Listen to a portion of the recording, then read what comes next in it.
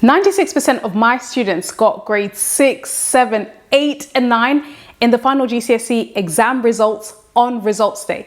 And this happened whilst at the same time news reports found that GCSE pass rates for English and maths had actually fallen, and close to 40% of students across the country had actually failed the GCSE English and maths exams. Now, every single year with my GCSE masterclass students, I always ask them for feedback, especially when they send me messages, emails, comments saying, "Oh my God, miss, thanks to you, I got a 6, I got a 7, I got an 8, I got a 9.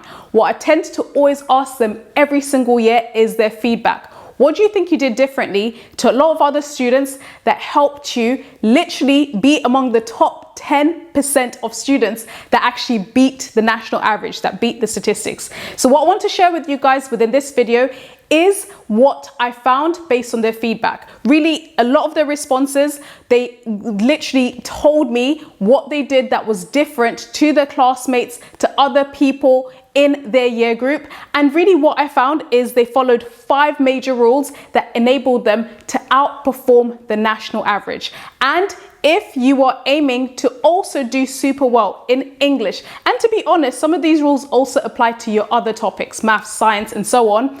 Once you follow these, you will be putting yourself in a position to doing amazingly and also beating the national average and the national statistics. So let's get to it. My students, many of who are part of my GCSE masterclasses, in fact, by the end of last term, 300 people had joined in my GCSE masterclasses, and 96% of them got 6s, 7s, 8s and 9s.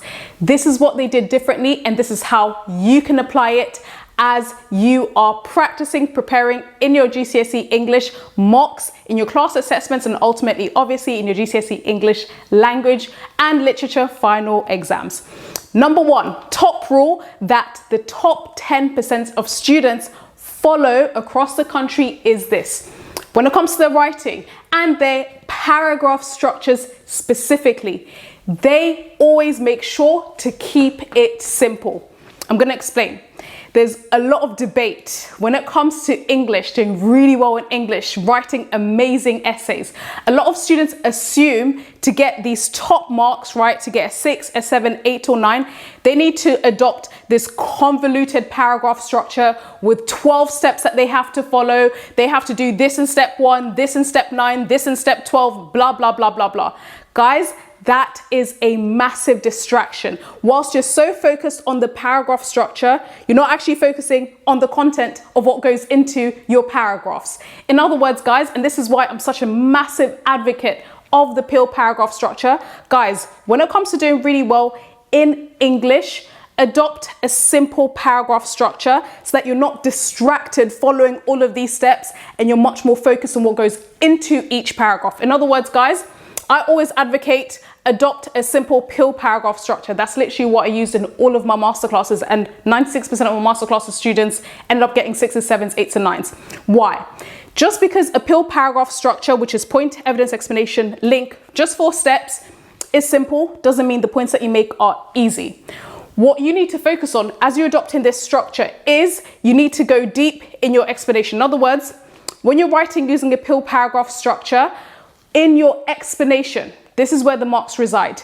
And in the explanation part of your PIL paragraph, you need to go deep into your explanation in connection to the question, in connection to the writer's message, and so on. This is where your marks reside because this is where your analysis is.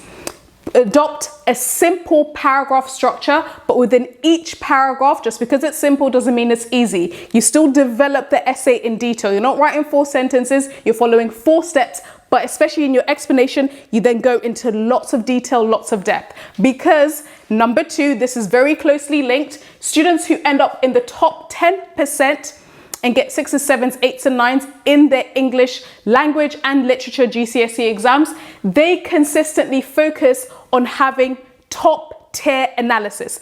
In fact, if there's one skill you need to focus on mastering, especially if you want to do really well in English, it is analysis. Analysis is where your marks reside. And this is what analysis means, okay? So I'll go over this every single year, every single week even.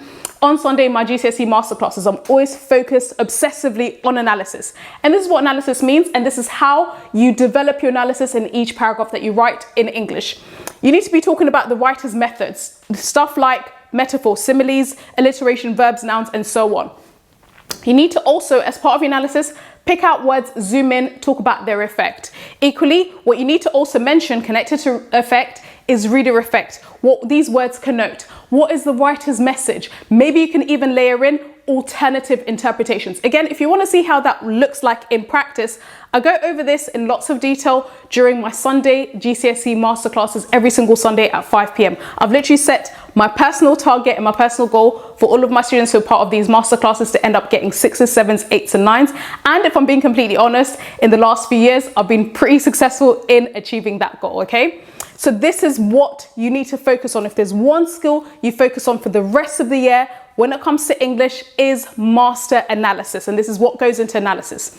Now, number 3 is, as you are answering questions, as you're preparing for your mocks and ultimately your final assessments, when you're practicing for this, make sure you focus on the heavy hitters, okay? Not every single question deserves equal amount of effort. What you need to make sure is, especially for language paper 1 and paper 2, you need to really fine tune, practice over time and get right your creative writing skills for both story and description. This is for paper 1, and persuasive writing in language paper 2. This is your debate, this is your letter, speech, or article. You need to really fine tune this because these count for 50% of your overall marks.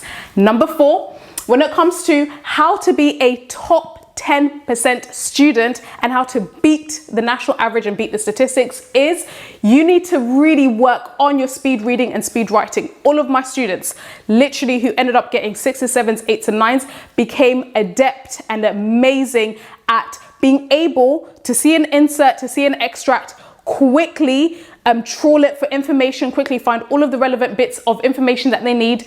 And then when they started applying this to their essays, they were super speedy in their writing. Speed reading and speed writing is a competitive advantage that they have. It is an unfair advantage because literally the more you can write in the same amount of time, that is the degree to which you can write more in the same amount of time as another student during your assessments, that is the degree to which you can rise up in grades. In other words, when it comes to speed reading and speed writing, you should focus on becoming faster at reading, taking in strategic pieces of information, and then writing your responses.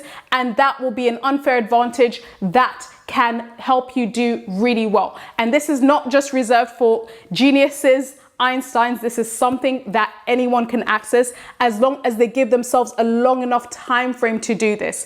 Remember, with English is not one of those cramming subjects that you really buckle down 10 hours before your final exams and then think that you can literally immediately write really speedy and take in the best bits of information in a short window of time. English is a marathon, not a sprint. The only way to get really good at speed reading and speed writing is practicing over a long time frame. And number 5, the other aspect that students who do amazing in English is they have mastered ambitious vocabulary. This is even why in my Sunday masterclasses every single week, I always start with a word of the week. I told my students, guys, you need to start memorizing these words. You need to start adding this to your arsenal and your tool of different ambitious words that you incorporate into your writing. A lot of people tend to say, oh, I'm only going to think about ambitious vocabulary and creative writing. That's the only place I'm going to talk about because it's a story. No, guys, remember that ambitious vocabulary, firstly, not only helps you answer the question as you're looking at the writer's meaning, but more importantly, guys, remember that this is still an English test, okay? People forget that part of doing really well in English is being really eloquent, using a great choice of words when you're explaining, when you're analyzing, when you're talking about reader effect and so on. The more you're able to use ambitious vocabulary, remember that your teachers and ultimately your examiners are qualified English teachers. They love the written word. They love seeing students who go the extra mile when they're expressing themselves. And the more ambitious word and language and vocabulary you use in your writing, the more you are positively prejudicing them to give you higher marks, okay? And of course, remember that in my masterclasses, we literally focus consistently on these 5 fundamentals, okay? So, of course, if you have any questions, if you want to see how this works in practice, We literally focus on this every single week consistently because, as I said, a personal mission and a personal goal is for all of my masterclass students to beat the national average and get 6s, 7s, 8s and 9s. So of course, you're more than welcome to join in those masterclasses. You can also ask me as many questions as you want. And I hope you found this helpful.